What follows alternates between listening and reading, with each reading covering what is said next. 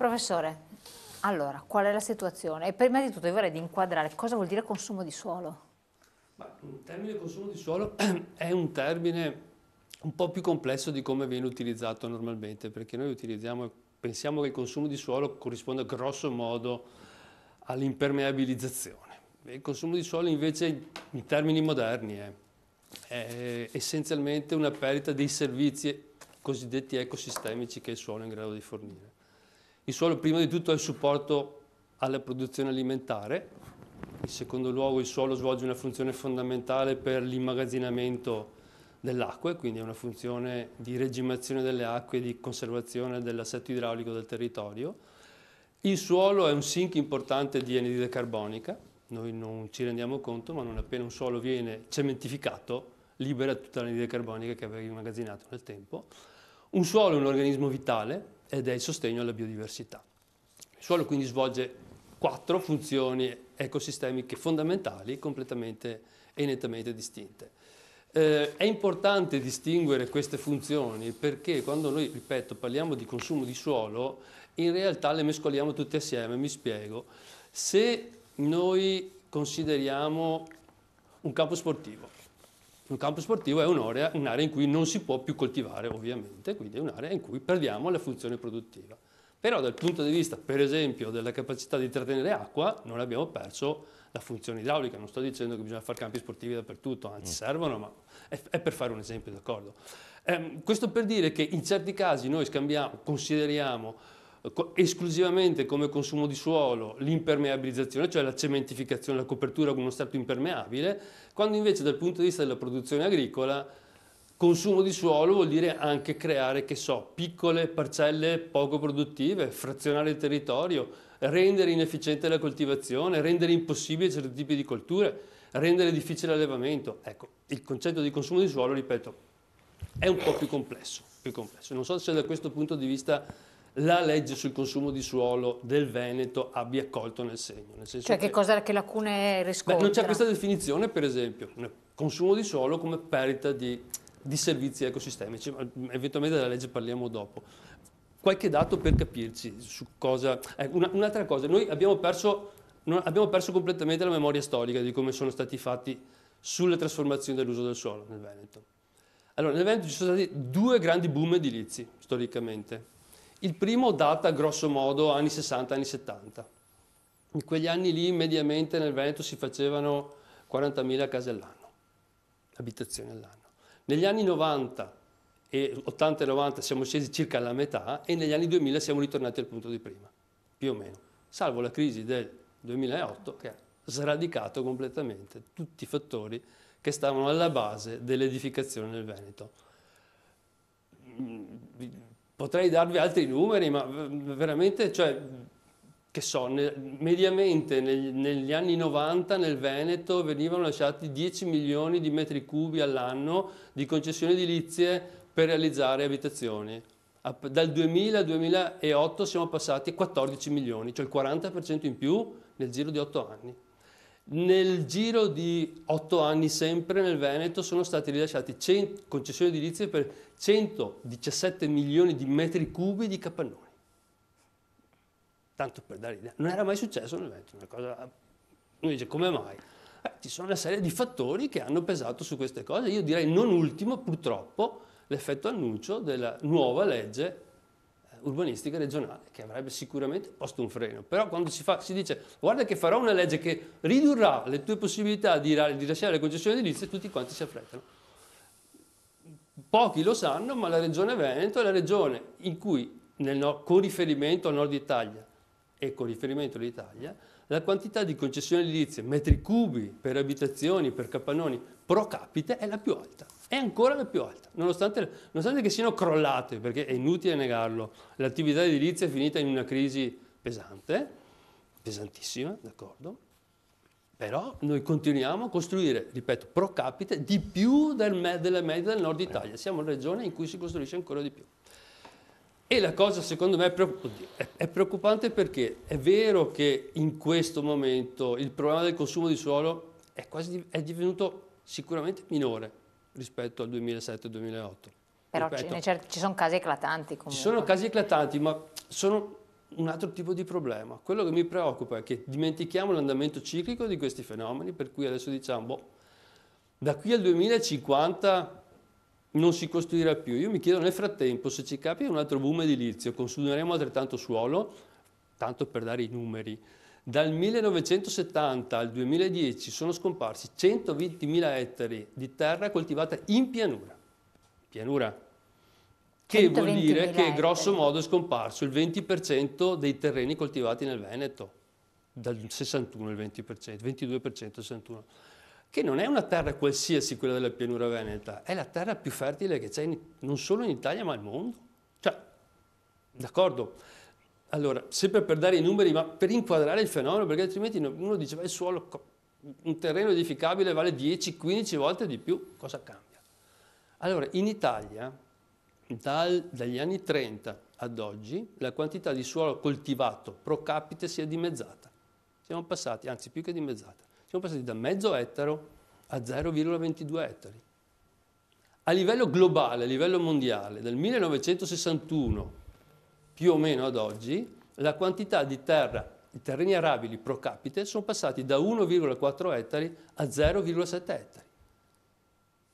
Da qui al 2023 avremo un altro miliardo in più di persone da sfamare e ne abbiamo già 800 milioni che soffrono la fame.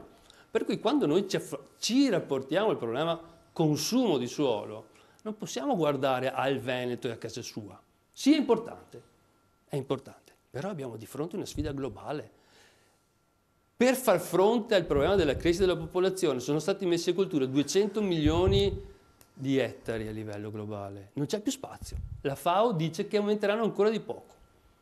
Quindi questo terreno che noi abbiamo sprecato, perché dei 120.000 ettari potevamo risparmiarne, non dico la metà, ma un buon 30%, d'accordo? Abbiamo letteralmente buttato, senza contare poi quei fenomeni che dicevo prima, di interferenza con l'agricoltura, la zootecnia mica la facciamo dappertutto, d'accordo? Il biologico mica possiamo fare proprio dappertutto. Se poi parliamo di agriturismo, di altre cose, è chiaro che in mezzo alle case non si fanno queste cose, o in mezzo ai capannoni peggio che peggio, ecco.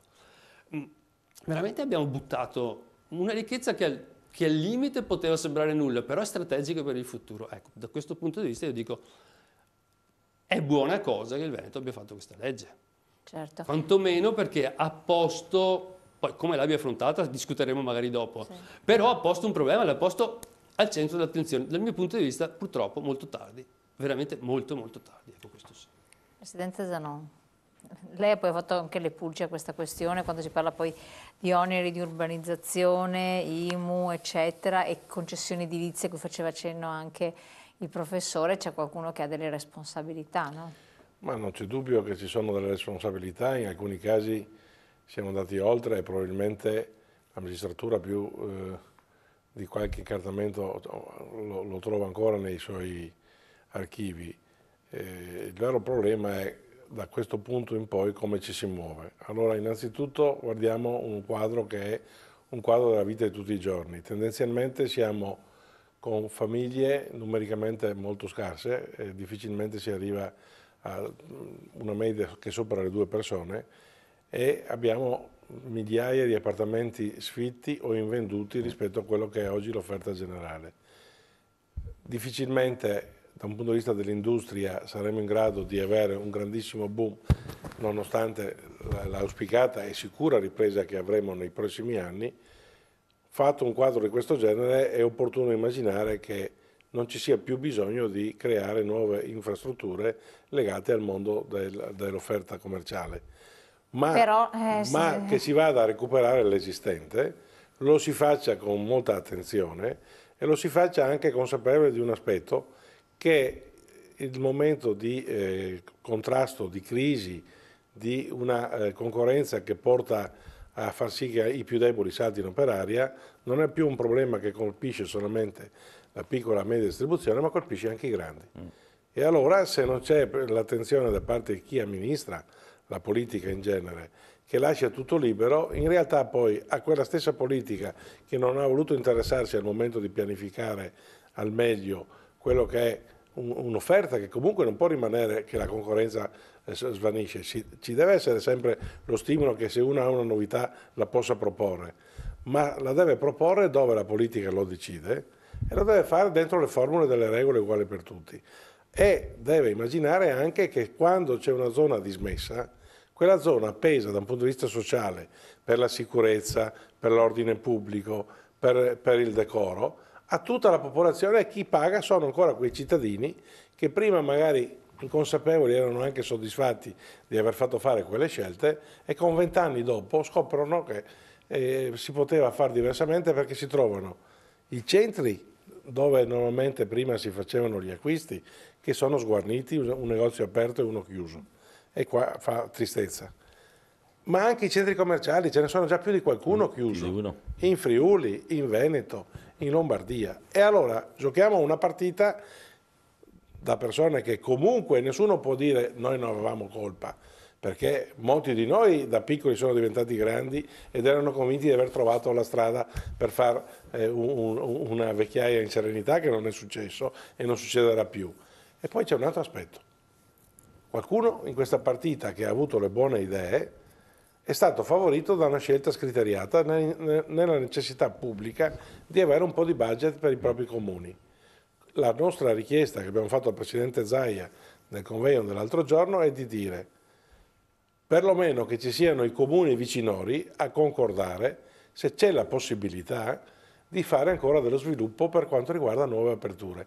Perché se io, che sono il sindaco di un paese di 5.000 abitanti, che mi viene chiesto di fare un X metratura, non mi interessa di parlare con nessuno, la legge me lo permette, io faccio fare questa apertura. Ma i 3 comuni, 5 comuni, 7 comuni, non solo uno, ma un circondario come minimo di 20 o 30 chilometri, si prende una batosta da un punto di vista dei servizi, che poi la persona anziana non trova più neanche le cose primarie. E chi deve fare il servizio alla persona anziana che rimane sola magari in una frazione a 5, a 10 o a 20 chilometri dal capoluogo? Il sociale. E il sociale chi lo paga? E allora guardiamo non solamente l'aspetto momentaneo di portare a casa un po' di risorse, e guardiamo più a lungo. Noi in ogni caso diciamo, uno vuole aprire i 1000 metri, trova il sito in centro città, e ce ne sono tanti dismessi, caserme, scuole, enti pubblici, piccole nel senso che una volta uno aveva l'officina all'interno della città, poi ha chiuso quell'officina e si è trasferito con una nuova fabbrica all'esterno. Tutti questi siti da 40 a 30 anni sono tutti chiusi. Oggi si possono recuperare, mettendo anche a posto in sicurezza quello che può essere che ogni tanto una tegola camminando per una città che non occorre che sia in Toscana, può succedere dappertutto, ti arriva sulla testa perché non ci sono i soldi per la manutenzione. Allora, detto da chi rappresenta le imprese del commercio, del turismo e dei servizi, non è una pazzia, perché se noi vogliamo che i turisti continuino a venire e che vengano a visitare i nostri centri minori, li dobbiamo accogliere con le luci accese, tutto pulito e col sorriso sulle labbra. In questo momento qua abbiamo mezze luci spente, pulito un ben poco perché non ci sono le risorse neanche per la nettezza urbana, se non quella più di immagine, ma poi bisogna guardare le periferie, e il sorriso sulle labbra è difficile perché non si sa con chi, da interlocutori che noi cerchiamo, dobbiamo parlare, perché ho sentito prima la parlamentare che è uscita, sembrerebbe che il problema non ci fosse, ma le regole vengono fatte o dal governo o dalla regione. I comuni sono 8.000, si faccia una legge, ma nessuno ha coraggio di farla. Beh, ma nessuno ha detto che bisogna andare a fare i parlamentari. È ora di cambiare. Il Paese è stanco di sentirsi dire che non si può fare nulla, e l'Europa per noi non sia un dogma, ma semmai sia un'occasione per imparare. Allora voglio dare la parola a Valdegamberi adesso che...